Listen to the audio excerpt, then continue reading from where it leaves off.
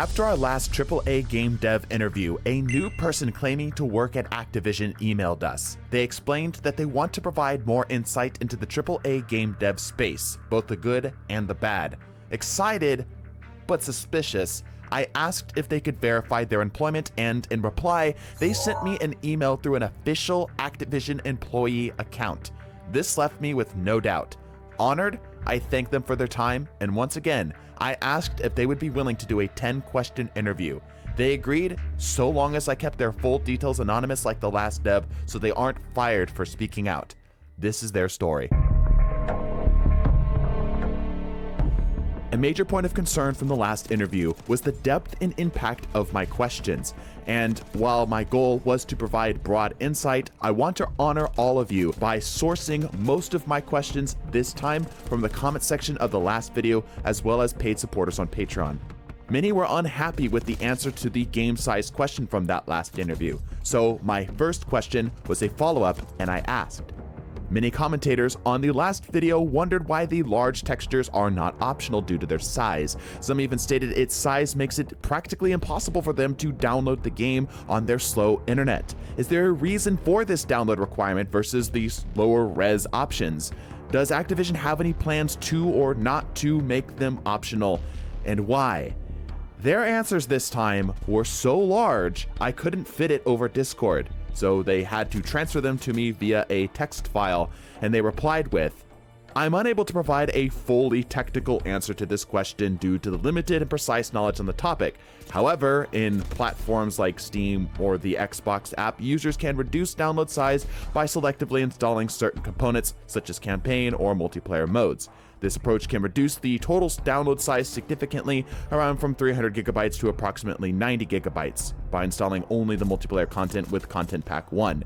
In our codebase and workspace, we refer to these modular components as, quote, branches, as both Black Ops 6 and Warzone share similar environments. For instance, when logging into either Black Ops 6 or Warzone, users have the option to switch between games. They do have the option for lower res options, look at the Warzone mobile, but there's no reason for them to reduce it on PC if it's not necessary. The game itself is pretty optimal already, and if they did reduce the texture size, the graphics would technically look worse, and the amount of compression would make the game look like it was made in 2015. If you saw our last interview, you can already see a clear difference in the communication styles here. This person is far more direct and calculated with their answers.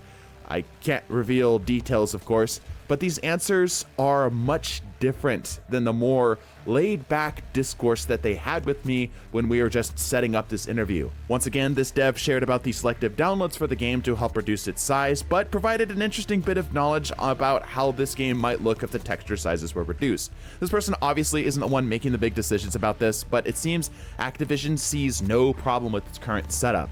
My hope is that interviews and conversations between players and devs such as these can help present ideas to those creating the games we love, hopefully building community and safe communication between players and the devs, no matter how small. But anyway, my next question was from a patron who asked, have you ever wanted to implement a cool or risky feature or design choice but were held back by people with little or no game dev experience, i.e. concerned investors, upper management, etc.? I felt this helped provide solid insight into some of the moment-to-moment decisions of development, as we often hear horror stories of those with lots of money and influence in a company, but little dev experience harming a game by altering a more experienced dev's decision. Interestingly, their answer was far more encompassing than I anticipated. In my role, I have visibility into discussions and threads beyond my team, allowing me to engage with various devs. The acceptance of a feature largely depends on its purpose and impact. For non-gameplay features such as tools, proposals are generally well received if they provide clear value. For example, if a tool requires 6 months to develop but ultimately saves thousands of developers 10 to 20 seconds each, it could be a worthwhile investment. However, when it comes to gameplay features, decision-making authority typically rests on those with substantial experience in the industry, as these features can have significant financial implications. I appreciate the professionalism in this reply, as the question was, in my opinion, partially made in bad faith. Essentially, I read this as behind the scenes upgrades, if they are clearly upgrades, no matter how comparatively small, are often accepted, whereas gameplay design decisions are left to be debated by the experts. It's interesting to see the value as small as 10 to 20 seconds has, but I'm reminded of how 10 seconds of a loading screen can turn into a minute after 6 times, which can turn into an hour after 60 times of going through that. It's small losses of time that add up. I am not surprised that Call of Duty is more likely to play it safe. Just like superhero movies, I believe most consumers expect a level of consistency from the franchise, and design decisions are the most felt by the players. A massive change in gameplay features could turn some off from buying it if they don't like it. My next decision was about a more hot topic, skill-based matchmaking. That reminds me, I need to go Christmas shopping. Cyber Monday and Black Friday are coming up, right? Well, that's perfect because this video is sponsored by Raycon. Right now, Raycon is offering their amazingly quality earbuds for up to 30% off. Raycon's latest model offer 32-hour battery life, noise cancellation, and multi-point connectivity for pairing 2 devices at once in one beautiful package. In between my busy work schedule, I spend time on this extremely comfortable recliner listening to music and, okay, I'll be honest, playing mobile games. Raycon has entirely upgraded this experience, letting me even better ignore my friends and family. And of course, they look good while doing it too. With this purple cloud protective case, it fits my vibe perfectly, and they even support wireless charging. I can get 90 minutes of charge from just 10 minutes of charging using this feature. So for me, the choice is clear. I can either spend $200-something on earbuds or get the same quality, features, and comfort for a fraction of the price. It's time to save big on Black Friday and Cyber Monday. Go to buyraycon.com/TDT today to get up to 30% off site-wide. That's right, you'll get up to 30% off everything on Raycon's website when you go to buyraycon.com/TDT. Doing this will not only be supporting us, but you'll get an amazing deal to boot. Thank you so much, Raycon, for sponsoring this video. When I was younger, it felt as though Call of Duty didn't have skill-based matchmaking. Many are upset at its perceived prominence in modern gaming, not just COD. Just how prevalent is it really? What are the reasons for its inclusion despite backlash? Have there ever been / are there any attempts to try to please both sides, both supporters of SBMM and opponents of SBMM? This came from many comments of the last video, but it's near and dear to me as well. I have been all over the field for my opinions of SBMM in multiplayer FPS games, and I generally believe it depends on the game, the rules, and the modes. Regardless of my own opinions, many an online creator, as well as a 9-to-5 employed single dad, have strong and typically differing opinions on the matter. The dev replied with, "A challenge facing today's gaming communities is similar to issues seen in other domains. Over the past few years, players have frequently voiced frustrations on forums about the lack of enjoyment in casual modes like quick play. This sentiment often stems from the disparity in player skill levels, where those with more time to invest dominate, leaving others feeling discouraged. As players' satisfaction has become increasingly data-driven, game developers aim to cater to a broad audience, such as with skill-based matchmaking SBMM. While SBMM is critical for the moment, retention is equally important in casual modes. Creating an environment where players experience a balance of wins and lower losses can enhance enjoyment and encourage continued engagement." It seems to me that the dev is saying that there isn't a one-size-fits-all answer, and SBMM is more like a one-size-fits-most solution. I sit along the more top-ish side of skill ratings, and while I'm frustrated with how sweaty my games can become, I also understand that I'm not the norm. I appreciate how this response doesn't invalidate mine nor the casual player's stance either. For upper skilled players, not being able to play casually in a casual mode can be a problem, but the same could be said for those in the reverse for, average skilled players. Ultimately, games need players and players want games, and according to this dev, this is the best they can do to make as many people happy as possible. My next question is about the emergence of AI, so I asked, what are you and your colleagues' thoughts on AI within game dev? Do you or anyone at Activision use it already? Can it be helpful? Is it harmful? The reply was sobering but reassuring. Activision do not encourage AI tools for the moment and has actually banned the usage of it in some cases in our work. This short and blunt reply was encouraging. I believe games are an art, and while we can use things like AI for tools, its more recent versions seem mostly aimed at removing the art from the artist. I didn't think I would come out of this respecting Activision more, but being pleasantly surprised by an answer is possibly the best thing to come from this interview, I suppose. My next question was an excellent one from a Patreon supporter, one I am ashamed I didn't ask at the time. Do microtransactions actually go to the devs or back to company suits? What are your thoughts on the price of games? The reply was interesting. Microtransactions do not serve as a direct commission to developers. Rather, they help sustain and expand the workforce and fund updates like season passes and DLCs, increase budget for new features, and support the development of future games. Without microtransactions, the ability to deliver frequent updates, expand the game content, and grow the team would be significantly impacted. The current wave of layoffs across the industry reflects the challenge of maintaining large-scale production efforts. Many games require the collaborations of multiple companies and the investment of millions across hundreds of team members. While it may seem like pure profit, these revenues are critical to sustaining high-quality game development.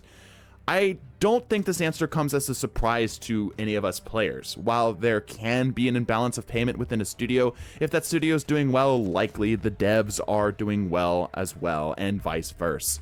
The price of games has remained roughly the same for years, with allegedly the difference being made up by microtransactions. I think that's mostly what the dev was going for here. I believe that they're trying to emphasize that the economy around games is such that for many bigger studios, microtransactions are kind of necessary for survival now. My last questions have been a bit sharp, so I felt it would be good to slow it down a bit with a question from the comments asking, has anything you or your team ever worked on pleasantly surprised you as a result? Have you ever had code interact in an unexpected but beneficial way?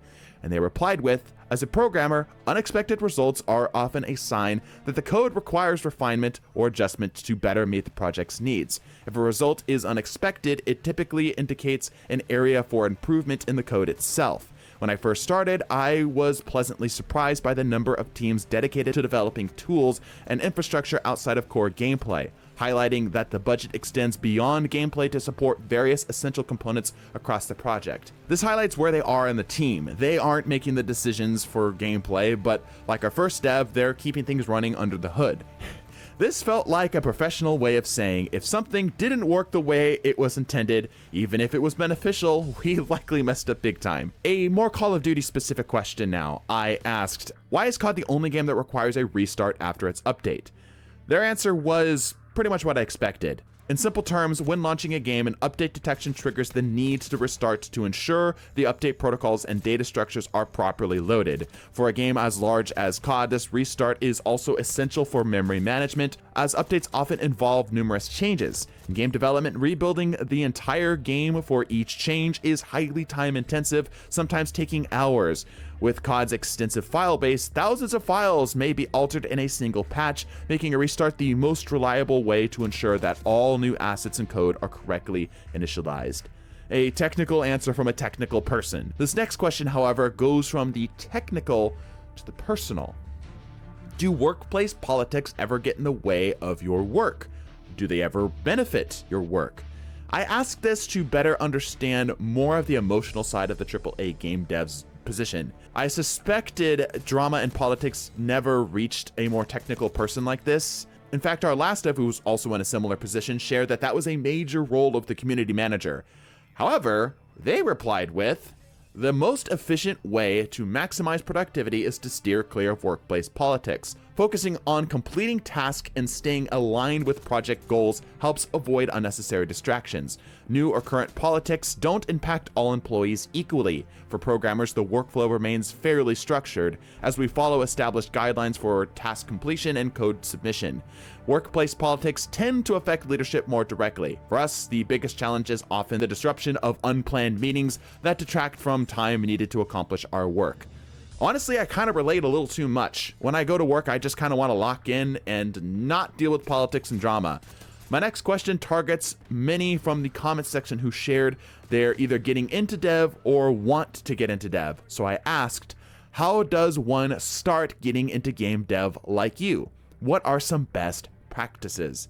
And buckle up, because their answer was so much more than I could have hoped for. This topic resonates with me as I entered the industry later in my career, and now I also teach game development. For artists, success hinges on quality of their portfolio. While school can help refine skills and build portfolio, the degree itself has limited value without a strong portfolio.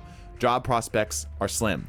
For programmers, a degree demonstrates the ability to meet foundational requirements, but practical skills are essential, and many positions require a technical exam alongside a portfolio of completed projects. AAA companies often seek senior developers or those with 3 to 5+ years of experience. For beginners, starting with Unity is ideal due to its accessibility and ease of learning. Unreal Engine can be overwhelming for newcomers, and Godot isn't typically recommended for advancing programming skills. Key languages to focus on here are C++, C#, and Python. For artists, I recommend browsing ArtStation for inspiration and organizing your portfolio in such a way that it highlights your style and skill.